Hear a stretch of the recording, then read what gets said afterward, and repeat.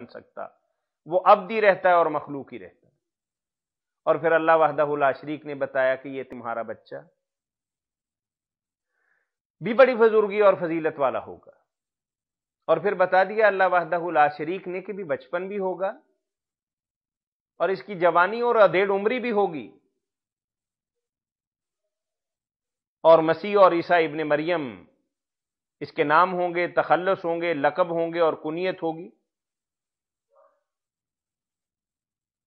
اور پھر اللہ کے فضل سے تورات کا جاننے والا، انجیل کا سمجھنے والا اور ہدایت یافتہ ہوگا، اور پوری دنیا کے اندر اللہ کی وحدانیت کا ڈنکا بجائے گا۔ اور پھر مریم علیہ الصلوۃ والسلام کے بارے میں اللہ نے کہہ دیا کہ اللہ تعالیٰ نے اسے جہان کی عورتوں پر فضیلت دی۔ اب جہان سے مراد پورا جہان ہے کہ جب سے انسان بنے ہیں اور جب تک آخری انسان رہے گا سب عورتوں پر بی بی مریم کی فضیلت ہے،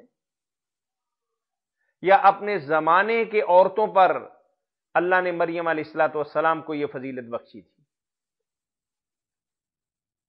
واللہ عالم بالصواب۔ اور ایک بات رہے گی کہ یہاں مریم علیہ الصلوۃ والسلام آیا رسول اور پیغمبر اور نبی تھیں؟ کہ کائنات کے اندر کسی عورت کو بھی اللہ تعالیٰ نے اس منصب جلیلہ پر فائز کیا ہے؟ امت مسلمہ کے علماء کی ایک قلیل تعداد اس بات کی قائل ہے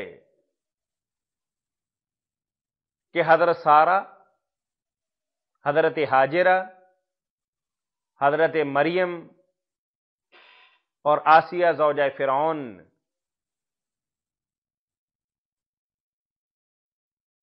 یہ عورتیں جو ہیں یہ پیغمبر بھی تھیں۔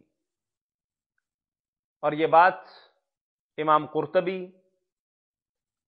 اور امام ابن حزم فرماتے، جبکہ غالب اکثریت اس بات کا انکار کرتی ہے کہ اللہ تعالیٰ نے اس کائنات کے اندر کسی عورت کو پیغمبر نہیں بنا کے بھیجا۔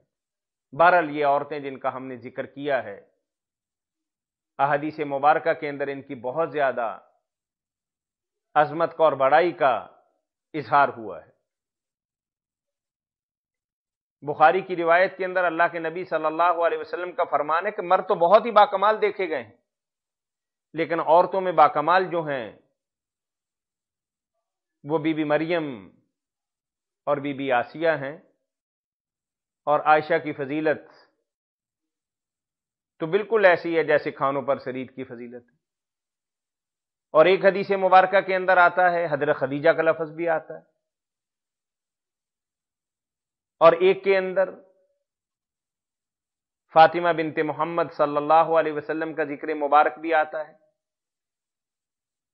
جن کے بارے میں اللہ کے نبی صلی اللہ علیہ وسلم فرماتے ہیں کہ سیدۃ نساء اہل الجنہ، جنتی عورتوں کی سردار ہوگی۔ المختصر کہ بی بی مریم ہوں، خدیجۃ الکبریٰ ہوں، عائشہ صدیقہ ہوں، اور فاطمہ جگر گوشہ رسول صلی اللہ علیہ وسلم ہوں، یا آسیہ زوجہ عمران ہو، ان سب کی اسلام کے اندر اور احادیث مبارکہ کے اندر اور نبی کریم صلی اللہ علیہ وسلم کے اقوال مبارکہ سے بہت زیادہ فضیلت اور برتری اور مقام احادیث سے ثابت ہے۔ وَإِذْ قَالَتِ الْمَلَائِكَةُ يَا مَرْيَمَ، اللہ وحدہ لا شریک فرما رہے ہیں کہ وہ وقت یاد کرو کہ جب فرشتوں نے، ایک بھی فرشتہ ہو سکتا ہے، جنس مراد ہے، کہ فرشتے نے کہا یا فرشتوں نے کہا یا دل کے اندر یہ بات ڈال دی، ان اللہ اصطفاکی وطہرکی واصطفاکی علی نساء العالمین، اللہ نے تمہاری ماں کی نظر کو قبول کر لیا اور تمہیں پسند کر لیا اور تمہیں چن لیا اور تمہیں عزت و احترام کا مقام دے دیا اور تمہیں پاک کر دیا، کوئی گندگی نہیں، کوئی غلاظت نہیں، کوئی برے اخلاق نہیں، کردار نہیں۔ واصطفاکی علی نساء العالمین، اور جہان کی عورتوں پر تمہیں فضیلت دی. یہ بالکل ایسی ہے جیسے بنی اسرائیل کے بارے میں اللہ نے فرمایا تھا کہ ہم نے تمہیں جہانوں پر فضیلت دی ہے. یا مریم اقنتی لربک واسجدی، مریم بندگی کرتی تھی، لیکن یہاں پھر ایک اور بات کر دی اللہ نے کہ بندگی کے اندر لگے رہنا، اللہ کے ساتھ اپنے تعلق کو قائم رکھنا اور اللہ کے ساتھ عز و نیاز کی باتیں کرتے رہنا. کہ قنوت کا معنی یہ ہے کہ لمبی عبادت کرنا اور رکوع و سجود کرنا. ذالک من انباء الغیب، اے پیغمبر علیہ الصلوۃ والسلام، یہ باتیں تاریخ کی، جغرافیے کی کسی سند کے اندر، کسی کتاب کے اندر نہیں ہیں. یہ باتیں ہم آپ کو بتا رہے ہیں، وہی کر رہے ہیں. وما کنت لدیہم اذ یلقون، جب وہ قرآن اندازی کے لیے کمر بستہ تھے اور تیار تھے اور ان مراحل سے گزر رہے تھے، آپ اس وقت بھی وہاں نہیں تھے. نہ تو جب مریم پیدا ہوئی ہے، یا مریم سے فرشتے نے بات کی ہے، یا ہم نے اس کا چناؤ کیا، یا اللہ نے اس کو بچے سے نوازا، یا اس کی کفالت کا مرحلہ آیا، کوئی بات آپ کے علم میں نہیں تھی. ہم وحی الہی کے ذریعے آپ کو یہ معلومات بہم فرما رہے ہیں. وما كنت لديهم اذ يلقون اقلامهم ايهم يكفل مریم، آپ اس وقت وہاں نہیں تھے کہ جب یہ فیصلہ ہونا تھا کہ مریم کی کفالت کون کرے گا. وما كنت لديهم اذ يختصمون، آپس کے اندر جب توتکار ہو رہا تھا، جھگڑا ہو رہا تھا، اور ہر آدمی اس بات کا دعوے دار تھا کہ مریم کی کفالت ہم کریں گے، اس شور شرابے کے وقت بھی آپ وہاں موجود نہیں تھے. اذ قالت الملائکۃ یا مریم، یہ فیصلہ ہو چکا کہ مریم کی کفالت کون کرے گا، پیچھے گزر گیا. وکفلھا زکریا،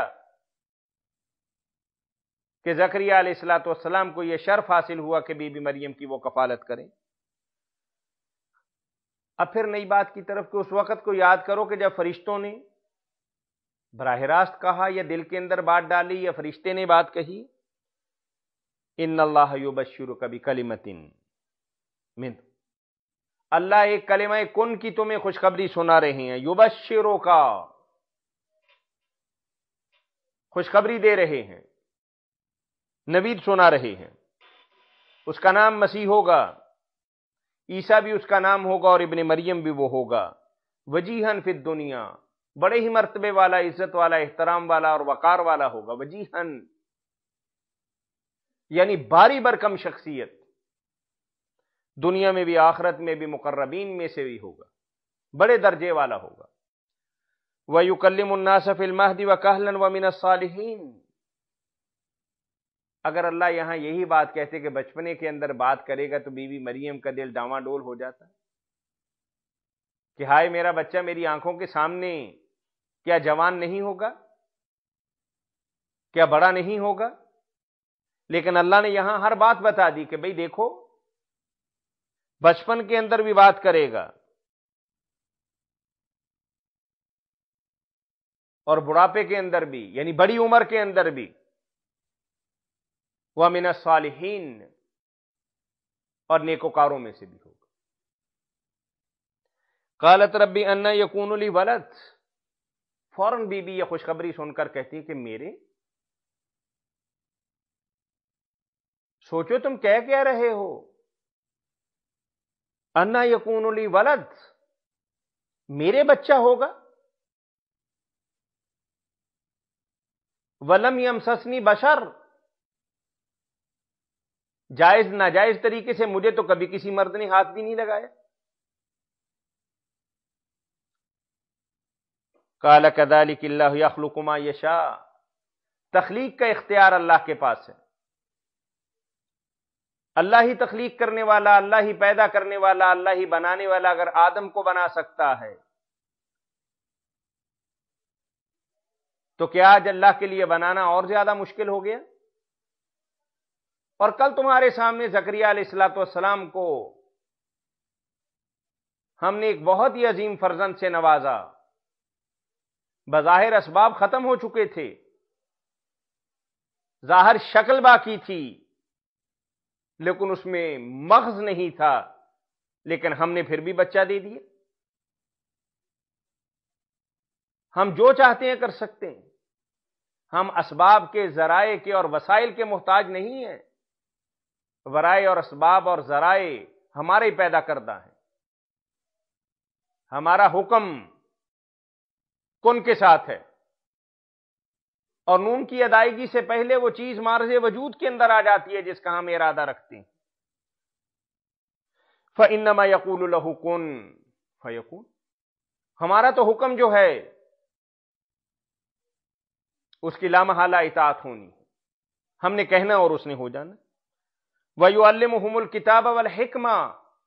اور اللہ اسے کتاب کی اور حکمت کی، دانائی کی، علم کی، معرفت کی اور اچھی باتیں بتائیں گے، تورات کی اور انجیل کی. وَرَسُولًا إِلَى بَنِي إِسْرَائِيلَ. اور اللہ وحدہ لا شریک نے اسے بنی اسرائیل کی طرف رسول بنا کے بھیجا. اب کس طریقے سے آج کے مسیحی اللہ کی اس بات کو جھٹلا رہے ہیں کہ مسیحی بن جاؤ، نصرانی بن جاؤ، ہمارے دین کے اندر آ جاؤ، جبکہ وہ تو خود بار بار یہ بات کہا کرتے تھے کہ میں بنی اسرائیل کی جو گمشدہ بھیڑیں ہیں ان کو اکٹھا کرنے کے لیے آیا ہوں. ایک غیر بنی اسرائیلی عورت اپنے بچے کو لے کر آئی،